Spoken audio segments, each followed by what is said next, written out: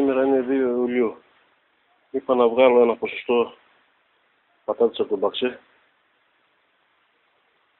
και έμεινα έκπληκτος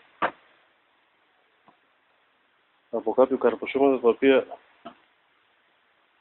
είναι λίγο τεράστια. Έβγαλα περίπου 2,5 τελάρα, κλούβες δηλαδή.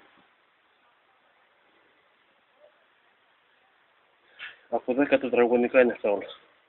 Πάνω κάτω και μας μείνουν κανιά 20 τετραγωνικά ακόμα.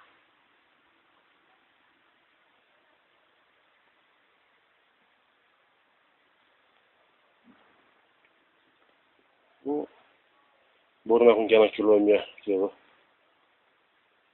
Μιλάμε για τεράστια τώρα. Φέτος είχαμε μεγάλη επιτυχία. Μακάρι και του χρόνου να είναι έτσι.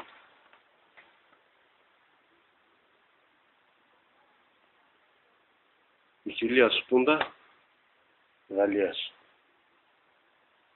Εξαιρετικές.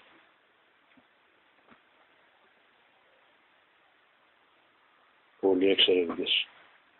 Πεντακάθαρες.